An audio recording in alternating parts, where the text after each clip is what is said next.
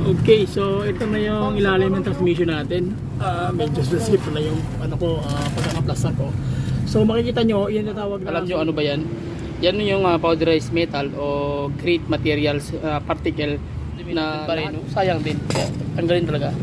Okay, so check natin yung transmission dun sa ilalim para makita nyo yung sistema ng spring. Naikuha na ay Tapos merong ayan, pakita mo nga. bulitas. Ayan, merong tatawag na pinaka shut off valve yung bulitas na yan. So kailangan hindi niyo makalimutan yan pag nagtanggal kayo ng oil filter mechanism. Okay, so ayan na guys, malinis na yung kanyang oil fluid filter. So kung makikita nyo, para siyang foam. Ayan, kito paano wala na yung mga dumi-dumi. So pwede mo siyang ibalik. Mahal yung hot oil, hindi kaya nang mayari. Pero sige lang, laban lang tayo. Okay, so okay. Pagkatapos yan, ibabalik na tayo dun sa sa taas. So okay, let's go. Yun, mandar. Tapos segunda, okay. Primera, okay. Tapos reverse tayo, tinindaan. Magpalang araw guys, so another basic pointers tutorials naman tayo tungkol naman sa automatic transmission ng kanyang Toyota Avanza E. So ang sistema nito guys, basic pointers pa rin. Papakita ko sa inyo kung ano yung nagiging cost ng kanyang delay shifting. Matagal siya mag change gear into from second to drive, ganon. So ano siya, tapos medyo nag-vibrate yung kanyang yung transmission, din nag-umuugong, nag-humming sound. So samahan niyo ako sa basic pointers tutorials guys kung paano natin ito may address. Actual ito na punto by punto para makita nyo kung ano yung dapat yung gawin niya. Pwede nyo i-DIY, pwede nyo gawin sa bahay. Okay, at least may idea kayo kung paano siya titrahin. So mag-start tayo guys. So punta tayo sa ilalim, check natin, tatanggalin tayo doon ng mga sistema doon. So tara, let's start, let's go. Pasok natin ngayon na titingnan natin yung yung location ng oil filter, ATF full fluid filter guys. Ayan yung location ng Toyota Avanza. Ayan so makikita nyo, tatanggalin natin yan para makita nyo yung yung nagiging sanhi o yung cause mismo ng kanyang vibrate, at saka yung medyo matagal siya mag-shift delay. Ang tawag niyan is delay shifting. So nangyayari dahil nga may problema yung transmission. So ang gagawin natin, dilinisan natin yung transmission niya para makita nyo. Okay, so baklasin natin yan guys, tapos tingnan natin kung ano mangyayari sa loob. Okay, so sige, so tanggalin na natin guys yung kanyang mechanism doon sa transmission, yung kanyang tatawag na transmission fan, yung pinakatakip niya. Okay, so medyo wala tayong tukutin na natin kasi ginagamit yung putas din eh. So mamaya pag matanggal na natin, ano Brad, okay lang dyan? Okay lang, naka-smile lang si papablang, sige lang, laban lang. Okay, so balik tayo guys, pagbalik tayo pag tanggalan natin yung so natanggal na yung takip ng transmission. So ayan, check natin. So makikita nyo guys yung dumi, grabe. So yan ang mga ko sa inyo, tawag niyan basic pointers pa rin. Tanggal kayo pag mga automatic transmission, kailangan mong tanggalin yung filter, linisan mo dahil yung mga bara dito, kita nyo yung mga dumi na yan.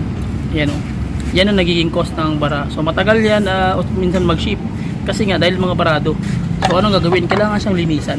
Ayan kita mo yung dumi niyan. So isa din yan, pwede ka mag-DIY dito guys pag magtanggal kayo nito. Basta ingatan nyo na yung lips nito, yung lips nito na hindi masira. Okay, so ibabalik nyo lang din yan para hindi na kayo magbili ng bago. Pero much better kung magbili kayo ng bago. Pero kung kaya pa naman to, pwede pa naman to, gasket all na lang ang ilalagay mo para pwede mong ibalik. So tara, check natin to ngayon kung ano mangyayari dito. Okay, tatapon natin yung yung dumi. Yan.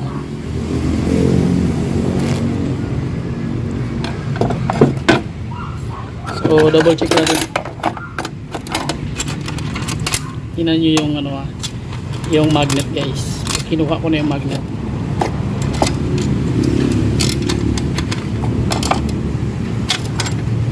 Ito yung magnet.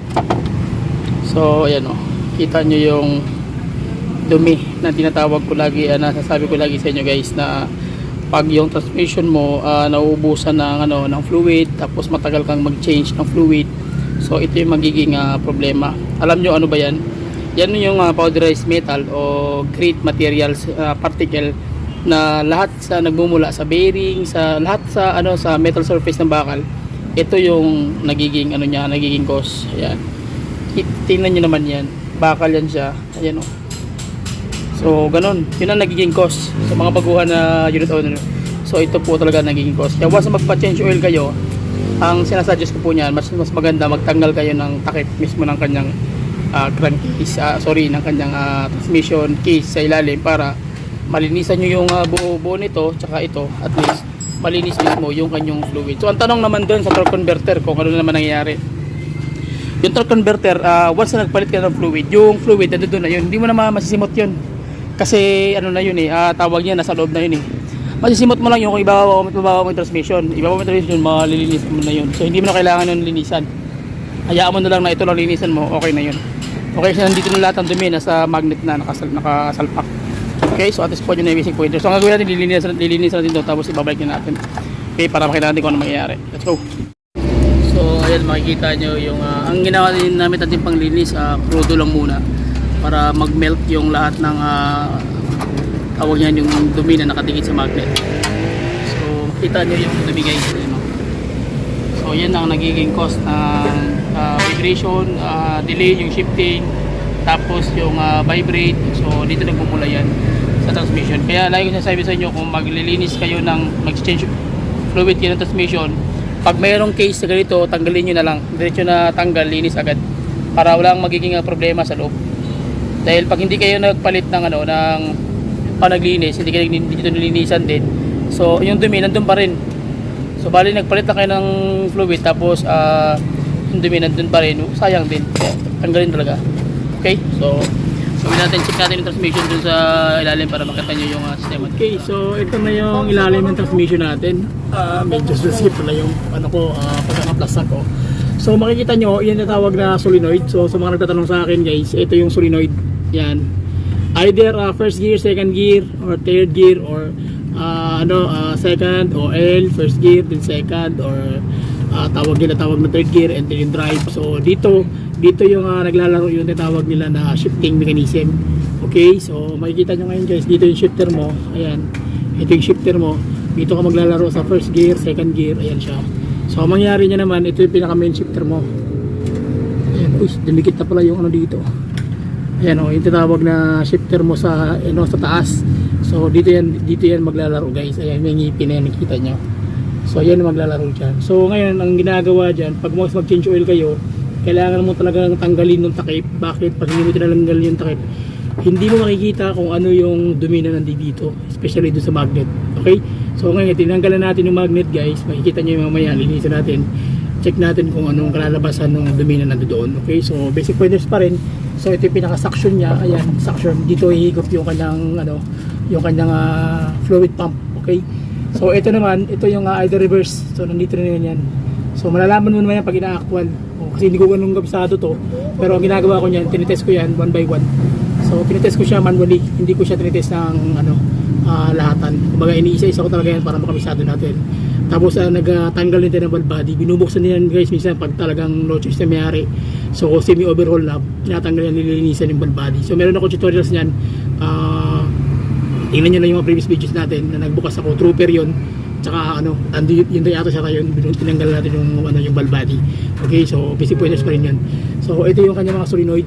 So pag minsan pag hindi siya mag-shift, delay shift, so problema ito. Bakit? Kasi ang naging cause ng delay shifting yung dumi na nakandito sa piston. Piston yan ito piston, may piston yan maliliit. Yan. Ito may piston to rito. Ito rin yan mechanism. Ito piston, kita nyo di ba?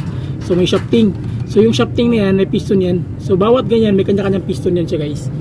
Okay, yan piston yan. So naglalaro yan. Ngayon kung mag-shift ka ng primera o segunda, drive or reverse, so yung piston yun ang maglalak, magbibigay ng close and off doon sa sa pressure ng fluid. Okay, so yun ang nagiging main cause ng delay shifting dahil doon sa dumi. So ito ang ginagawa dito pag talagang hindi talaga makuha yung delay shifting, okay naman yung test nandito na kanyang mga solenoid, okay naman. So ginagawa ko na, minaman-mano ko na yan wire. Pag okay yung wire, ibig sabihin ang problema valve body. Yung valve body guys, ibig sabihin barado. So yung barado na yun kailangan matanggal sa magitan ng pag-open. So tatanggalin mo yung valve body, lilinisan isa-isa. So yun po yung basic pointers. Okay, at least nakuha nyo na yung punto by punto kung bakit na nagkakaroon ng delay shifting. So sa mga ganito mga unit, hindi lang naman Avanza, almost lahat ng transmission parehas lang sila ng function, iba-iba lang yung pagkakadesign at pagkakayari ng forma ng transmission kasi kanya ng pagandahan yun eh. Pero same lang din yan, parang tao lang din yan, may dalawang kamay yan, may dalawang paa yan, may dalawang ano yan, may ano yan, may ulo yan. Para basic siya, basic, okay? So pero same lang talaga sila, na tao lang sila. Pero ito, marami na kasi mga chichibureche yan eh, pero kung alam niyo yung pinaka basic, same lang talaga yan yung mechanism ng bawat engine. Okay po, so at least nakuha niyo yung basic pointers guys. So gawin natin, takipan na natin to, check natin yung tinanggal na takip ito kung gaano kadumi. Okay, tapos babalikan natin na natin lalagay ito ng fluid, tapos pakiramdam natin kung ano mangyayari. Okay, so tara natin, so kung ano yung basic pointers kung paano siya tirahin. Okay, so kakabit na natin to guys, yung kanyang ano, check natin yung ano, yung kanyang natin kung gaano kadumi yung kanyang crankcase. Makikita nyo guys, meron pa siyang dumi. So ang gagawin niyan, lalagyan pa din ng hangin yan. Ayan, kita nyo. So natunaw na sa crudo, pero yung final nito is gasolina na para malinis talaga. Tsaka yung kanyang takip. Ayan, so wala na yung ano dumi. Yung magnet nya okay na rin. Ayan, okay. So sige. Okay, so ayan na guys. Malinis na yung kanyang ano, yung kanyang oil fluid filter. So kung makikita nyo, para siyang foam. Ayan, kito paano, wala na yung mga dumi-dumi. So pwede mo siyang ibalik. Okay, so same lang din, ano, malinis siya. Yung kanyang magnet, ayan, yung magnet, magkakabit kayo nito, merong bukol yan dito. So nakadesign siya ganyan para hindi siya mag-move, hindi siya gumalaw. Okay, so yan yung mga sistema nya. So lalagyan natin ng ganyan, gasket oil para sealant, para diretso na kabitan natin. Sige. Okay. So kinakabit na natin yung ano guys, mechanism niya. Ayan, may spring, pakita mo yung spring Brad. Ayan o. Yan. Pag tinanggal mo yan, may spring. So, may spring na ikuan ay. Tapos merong ano, ayan, pakita mo nga. Bulitas. Ayan o, merong tatawag na pinaka ano yan, pinaka shut off valve. Yung bulitas na yan. So kailangan din nyo makalimutan yan pag nagtanggal kayo ng oil filter mechanism. So ayan siya. Bawait natin yan. So pag magtanggal kayo ng oil filter guys, kailangan mong tanggalin yan. So ikakabit na natin, tingnan nyo kung gaano kahirap siya ikabit. Ayan.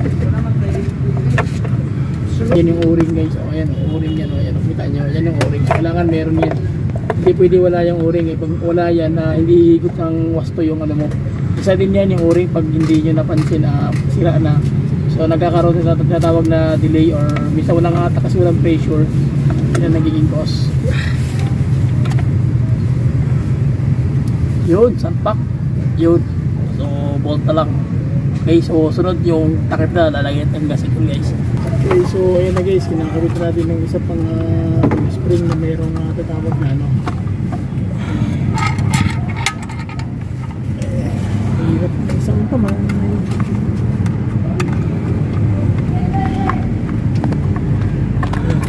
Yun, igo din. So meron kasi ganyan guys, meron siyang bearing na maliit na bilog. So kailangan tawag doon yung ano, check valve. Ang tawag doon is check valve. Yung kanang check valve kailangan meron talaga yan, hindi pwede mawala yan. 24 combination daw. Pinakita kami yan.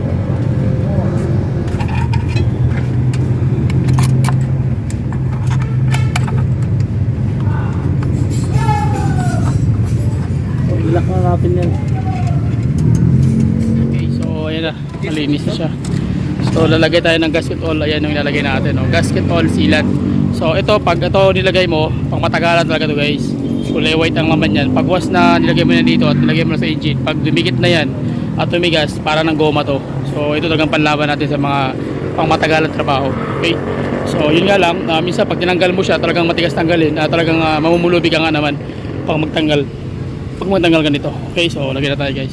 Okay, so ayan na guys, meron na tayong nilagay na gasket oil. So okay na yan siya. So pwede natin ikabit. Okay, so tara, kabit na natin guys. Let's go. Okay, so kabit na natin.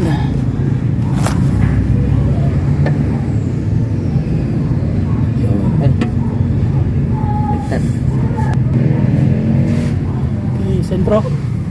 Sige, tingnan ako. Ay, kaya ra? Kaya raman niya. Okay. Awan kayo. Sino makay Brad ang kon suga? Ha? Igo kayo. Kuling kayo. Against the light eh. So ayan na guys, so after nyan na maglalagay tayo ng ng ADF fluid. Okay, so ilalagay natin dito na fluid sa Toshiba, yung Japan brand. Okay, dahil mahal yung hado oil, hindi kaya nang mayari, pero sige lang, laban lang tayo. Okay, so okay, pagkatapos yan, ibabalik na tayo dun sa sa taas. So okay, let's go. So okay na, so tingnan natin yung guys. Ayan, Totachi yung nilagay natin na brand. Ayan, Japan. Oh, mapaw. Mapaw ba? Wala. Dari lang.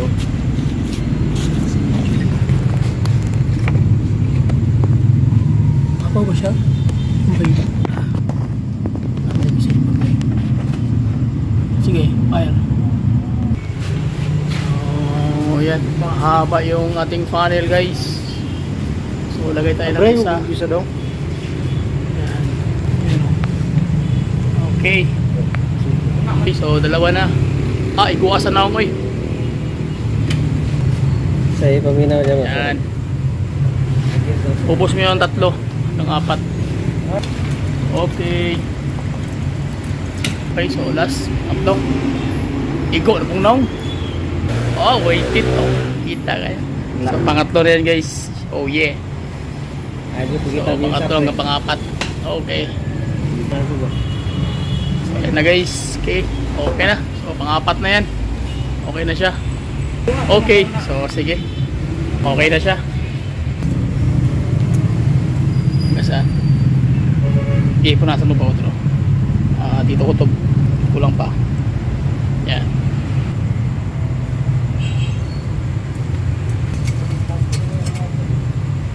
Okay, so okay na guys. So sige, balik mo yan.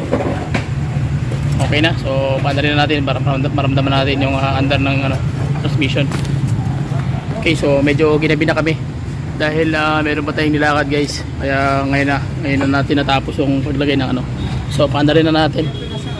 Check na natin yung tira natin kung kumusta na ba. So tara. Okay.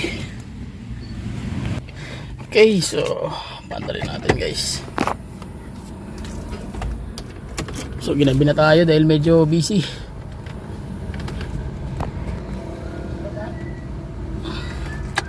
Okay, so i-start na natin ng makina.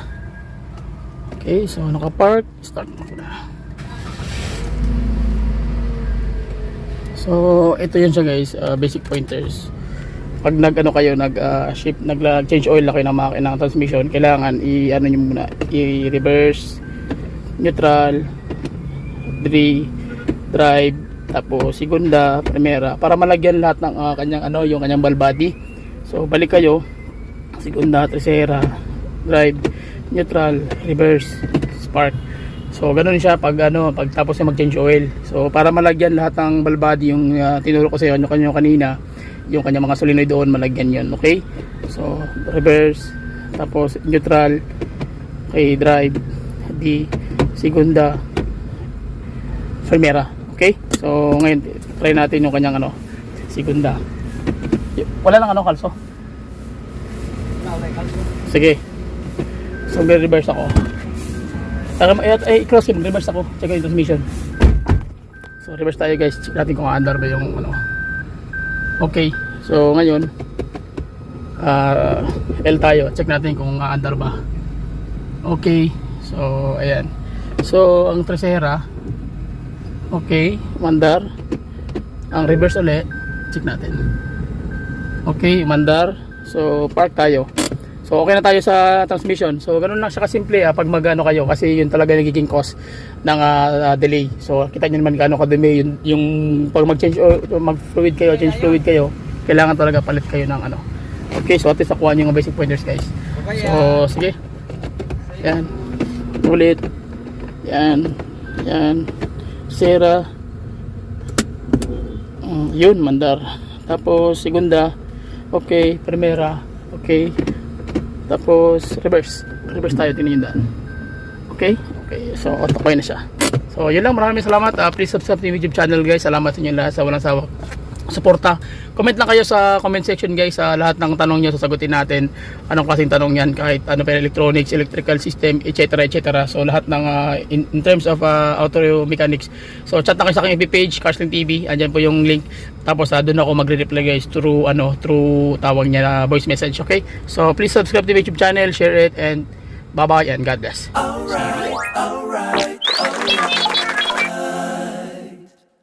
Okay, okay, okay.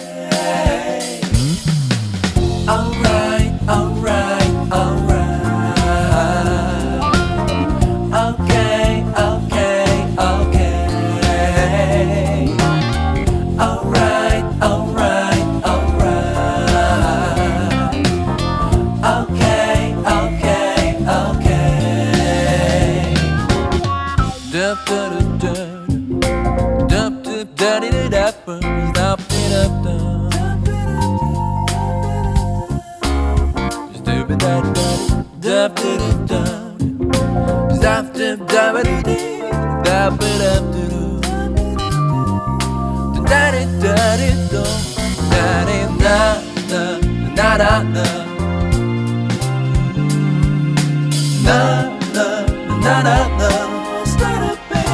You'll be alright.